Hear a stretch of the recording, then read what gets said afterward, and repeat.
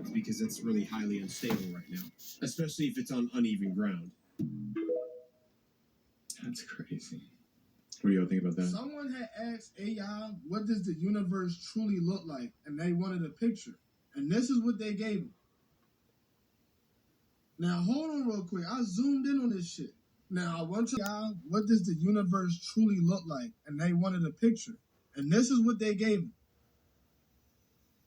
Now, hold on real quick. I zoomed in on this shit. Now, I want y'all to peep this shit. This is like a different realm right here, right? And then you have a round, there's a flat plane right there. You can see that, right? And parallel. Now, you know they be trying to tell us, bro. That's what AI is meant to do. Artificial intelligence.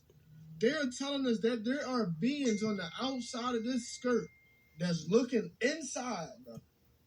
Look, you can even see that there's cities and everything on the outside. And then if you look at the picture different, it's looking inwards. It's not a circle, like they're looking inwards, yo. I've been trying to tell y'all. They can live for 10 months or more, but they ultimately suffer from hypoxia, and then you have to try to work around them, give them a circulatory system to keep them alive for longer. There's also deep philosophical and ethical concerns about having real human brains run a computer. And yes, they're trained on dopamine and ordered signals are capable of pleasure and discomfort. Many ethical concerns. A new idea is to recreate the brain organoids' thought processes in virtual reality. They're the only things that we've seen that could operate virtual flesh effectively, aside from actual brain organoids. Brain organoids are great at spatial recognition. Operating a virtual body is easy to them, even a real robotic body.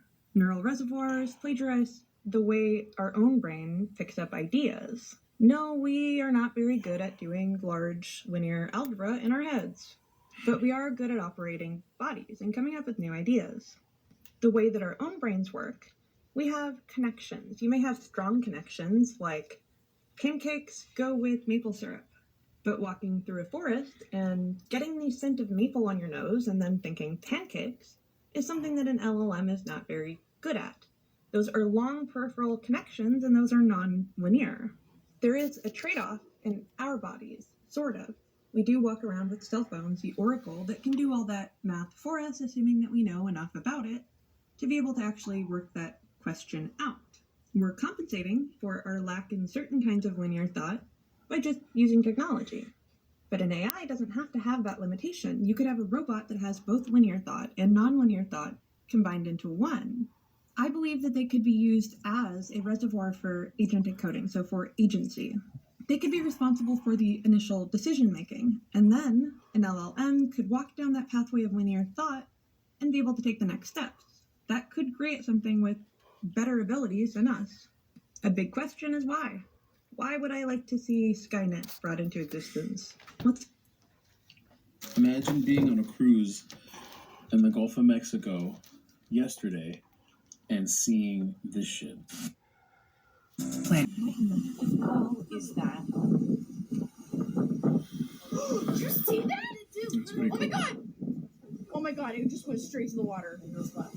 Oh my god. It goes left. Hold on. Where'd it go? Similar to the one we saw last year. It was blowing a lot more. How come nobody talks about how when you map... So you may remember a while ago, NASA sent a space probe to this asteroid right here.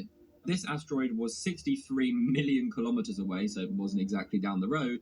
They did with this space probe was actually grab a part of the meteor, break it off, and bring it back to Earth for research, which of course they've been looking into for the last couple of years. But here is where things get very interesting. It is part of a much bigger thing. It broke off millions of years ago and then was just floating around in space. Now, Earth has different amino acids which cause protein so that life can be here.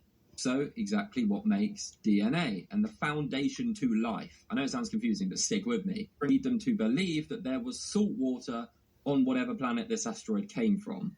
We know for sure, because of the stuff that was found on this, that this asteroid came from a planet where... Lies and baloney. Baloney poo-poo. It has formed. All the time. Yeah, remember that person who hates you now? I wonder what they're up to. That sounds very relaxing. Follow us. We don't know where we're going. And see, like, I don't even use Facebook, Instagram. It's like, it's all up there. 15-hour time difference, and she still makes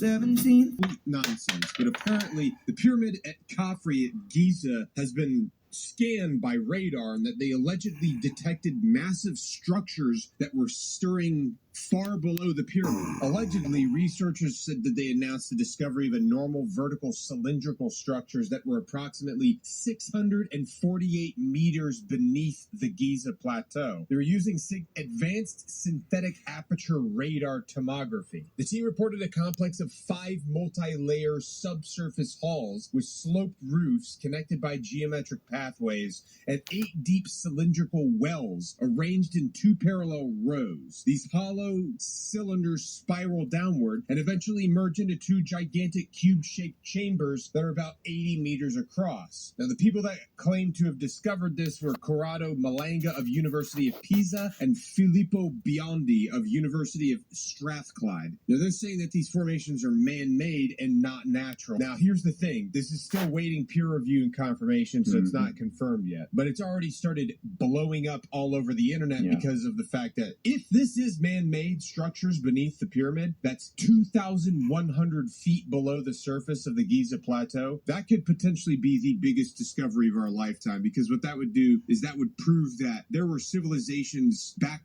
dating before the Egyptians that potentially were more advanced than today's current technology, which would be pretty unprecedented. Now, beneath the pyramids were part of a gigantic ancient energy system rather than just tombs. Now, people that are supporters of this are saying that the precision engineering of the pyramids and enigmatic internal structures feature evidence of some kind of power generating machine. Now, the engineer and author Christopher Duns argued famously that the Great Pyramid was essentially a huge geomechanical device, like a power plant, designed to convert Earth's vibrational energy into microwave or electric power. Now, according to the scenario that Christopher Dunn put out, he said that there were resonating chambers and strategic materials like granite in the king's chamber, which were used to amplify the vibrations. The pyramid Changing every time. Wanna see how she be.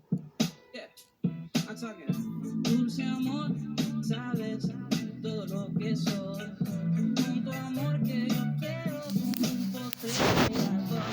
Sugar love, you know, sugar love.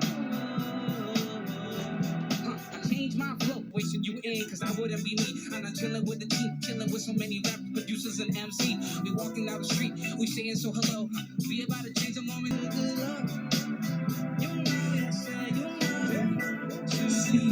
You just never know. Hey,